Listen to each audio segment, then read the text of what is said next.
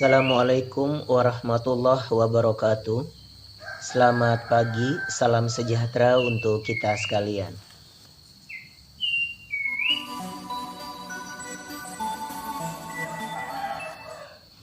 Adik-adik mahasiswa dimanapun berada, pada pagi hari yang berbahagia ini kembali berjumpa dengan Pak Uslan dalam mata kuliah Anatomi Tumbuhan.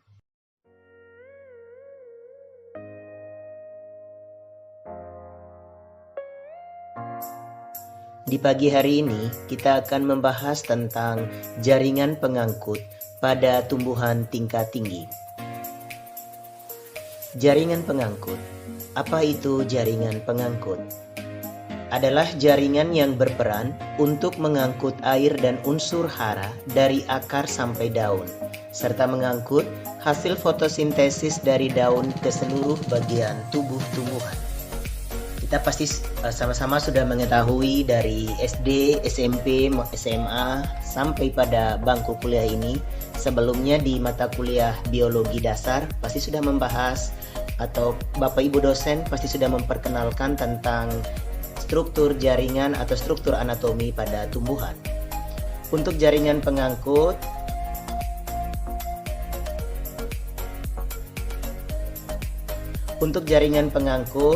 sudah pasti terbagi atas dua, yaitu xilem dan floem. Untuk xilem sendiri terdiri atas unsur trakeal, ada serabut xilem, ada parenkim xilem. Sedangkan untuk floem ada unsur tapis, sel pengiring, serabut floem, dan parenkim floem. Apa itu xilem? Xilem atau pembuluh kayu adalah jaringan pengangkut yang berfungsi menyalurkan air dan unsur hara dari akar ke daun. Tentunya ketika unsur hara serta air dari akar menuju ke daun pasti berkaitan dengan peristiwa yang akan berlangsung di tumbuhan, yaitu peristiwa fotosintesis. Pada xilem, seperti pada slide yang Pak Uslan paparkan, ada trakeida, ada serabut xilem, ada parenkim kaliu, dan trakea atau elemen pembuluh.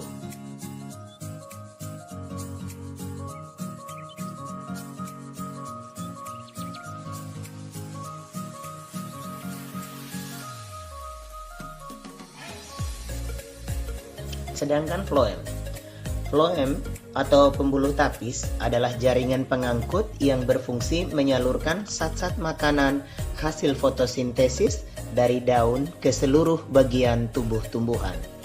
Pada floem juga terdapat sel pengiring, ada komponen pembuluh tapis, dan ada daerah tapis yang ditampilkan pada slide. Untuk poin A, di situ adalah daerah tapis, sedangkan di poin B adalah komponen pembuluh tapis. Yang ditampilkan pada slide juga kita dapat melihat di sana ada serabut floem, ada parenkim, dan ada sel pengantar.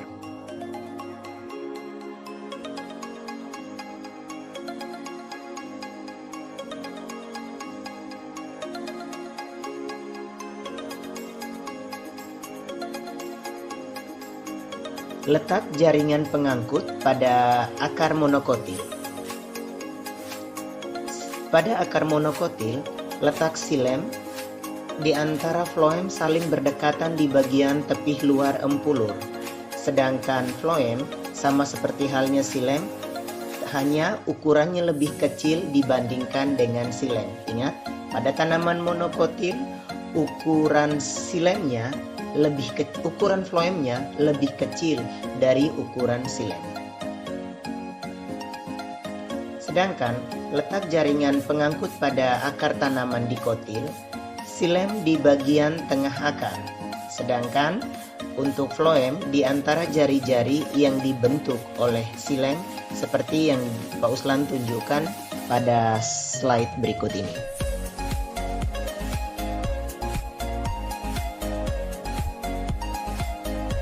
Letak jaringan pembuluh pada batang monokotil.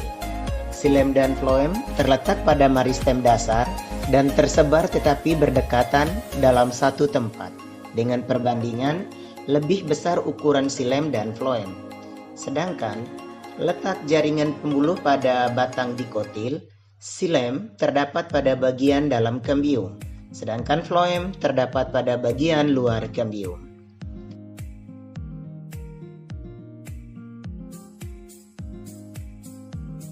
Dengan tipe-tipe berkas pengangkut, ada tipe kolateral, ada tipe radial, dan ada tipe konsentris. Untuk tipe kolateral, tipe berkas pengangkut dengan tipe kolateral dibagi menjadi 3. Ada kolateral terbuka, kolateral tertutup, dan bikolateral. Sedangkan tipe konsentris, ada konsentris amfikibral dan konsentri amfifasal. Tipe kolateral terbuka.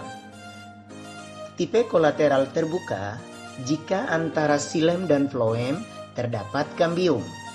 Sedangkan untuk kolateral tertutup jika antara silem dan floem tidak dijumpai kambium. Jadi antara kolateral tertutup dan kolateral terbuka, slide-nya Pak Uslan paparkan berikut ini.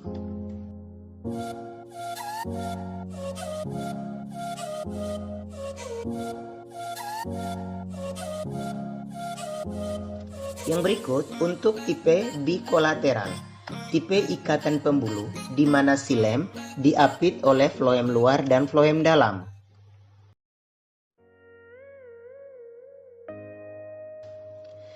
Sedangkan tipe konsentris amfikibral apabila silem berada di tengah dan floem mengelilingi silem.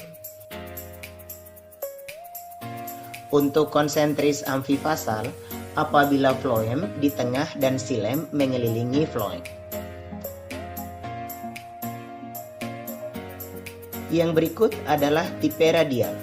Untuk tipe radial terjadi bila silem dan floem bergantian menurut arah jari-jari lingkaran.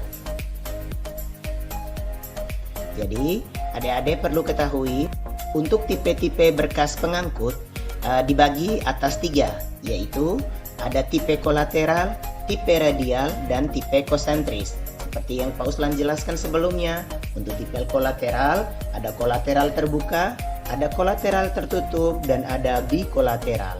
Sedangkan tipe berikutnya adalah tipe konsentris, ada konsentris amfikibral dan konsentris amfifasal. Demikianlah pertemuan kita pada pagi hari ini dengan materi pada jaringan pengangkut. Akhirul kalam, Assalamualaikum warahmatullahi wabarakatuh. Selamat pagi, salam sejahtera untuk kita sekalian.